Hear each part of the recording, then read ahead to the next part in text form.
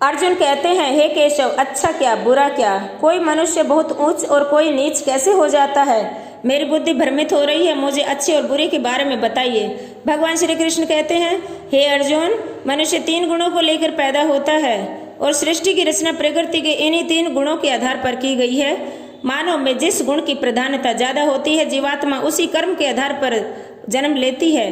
देखो, भगवान श्री कृष्ण ने अर्जुन को गूढ़ ज्ञान दिया था, साधारण बुद्धि की समझ से परे। साधारण मनुष्य इतनी जल्दी नहीं समझ सकता। तो आज के जनरेशन को लॉजिक चाहिए, आज के जनरेशन को साइंटिफिक रेफरेंस चाहिए। तो देखो, आज हम चेतना, जीवात्मा जिस द्वार से बाहर निकलती है वही अगला जन्म डिसाइड करती है। ये ऊर्जा के ये 7 ऊर्जा के केंद्र हैं और इन चक्रों पर चेतना गति करती रहती है। देखो, हमारे 7 चक्र हैं। तो देखो, आज हम थर्ड नंबर का जो मणिपुर चक्र है, अगर चेतना उस पर अटकी रहती है तो प्राण कहाँ से निकलेंगे और अगले जन्म में मनुष्य क्या बनता है, फिर प्राणी क्या बनेगा। तो देखो, जो मनुष्य यश चाहिए, सम्मान चाहिए, पद चाहिए, डेजिग्नेशन चाहिए, तो उसकी चेतना भी मणिपुर चक्र पर अटक कर रह जाती है और वो मनुष्य के रूप में ही जन्म लेता है, लेकिन फिर से वहीं पर उसको यश चाहिए, मान चाहिए, सम्मान चाहिए।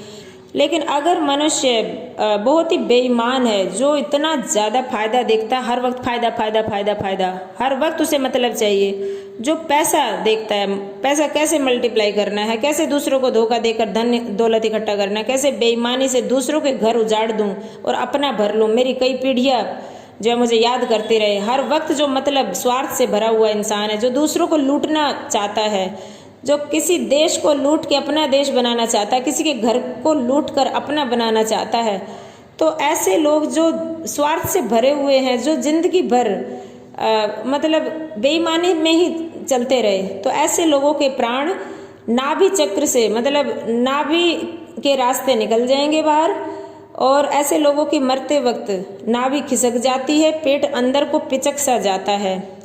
और ये लोग जो जिंदगी भर बेईमानी से मुनाफा कमाकर धन दौलत इकट्ठा करके हथियाने में ही लोगों को डसते रहे, तो उनको अगला जन्म अजगर का, जहरीले जीव जंतुओं का मिलेगा, सर्प का मिलेगा। तो ऐसे लोगों की योनि बड़ी ही दर्दनाक होती है और बहुत ही दर्द में से गुजरते हैं, क्योंकि कुदरत तो मन की इच्छाओं का सम्मान करता है। जो आपने चाहा वो आपको मिलेगा ही मिलेगा, जो इच्छा तुम पाले बैठे हो वो तुम्हें मिलेगी मिलेगी, और मुक्ति तो नहीं है इसमें, बेईमानी में।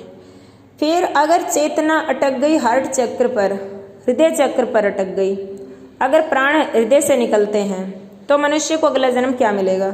तो देखो, जो मोह माया में फंसे रहते हैं, छोटी छोटी बातों को दिल पे ले लेते हैं, प्यार चाहिए, मेरे परिवार, मेरा अपनापन, मुझे ये चाहिए, मेरे अपने, मेरा बेटा बेटी, मेरा परिवार के लिए जाने क्या कर दूं, हमारा अपनापन जो होता है, जो इस मोह पाश में जो फंसा रहता है ना, ऐसे इंसान के मतलब हार्ट अटैक के रास्ते उसका अगला जो है प्राण निकलेंगे, चेतना बाहर निकलेगी, वो मनुष्य दिल के रास्ते, हार्ट के रास्ते बाहर निकल जाएगा और अगला जन्म फिर से वही झमेलों में फंसा रहेगा, परिवार के उन्हें फिर वही शिकायतों से भरा रहेगा, पेन से भरा रहेगा, और अगर अच्छे हैं तो फिर वही अहंकार आ जाएगा, लेकिन मुक्ति तो नहीं है ना।